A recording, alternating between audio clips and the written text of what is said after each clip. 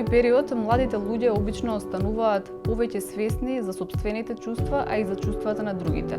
Некои адолесценти може да бидат помотивирани и поотворени кога преземаат нови ризици, бидејќи стануваат понезависни, додека на другите им треба поголема поддршка за да ја градат својата самодоверба и чувствуваат страв од преземање нови работи. Процесот на емоционален развој им дава можност на адолесцентите да градат вештини и да откриваат уникатни квалитети во себе. Честопати родителите се исправени пред многобројни предизвици како да постапат во одредени ситуации со своето дете токму во овој период. На многу родители им се чудни и несфатливи одредени постапки на своите деца, па знаат често да ги искритикуваат без да се обидат да ги разберат.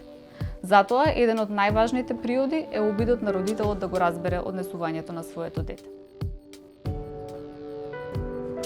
Начинот на комуницирање на родителот со детето може да испраќа порака на почитување, емпатија, грижа, но може да испраќа една спротивна, негативна порака.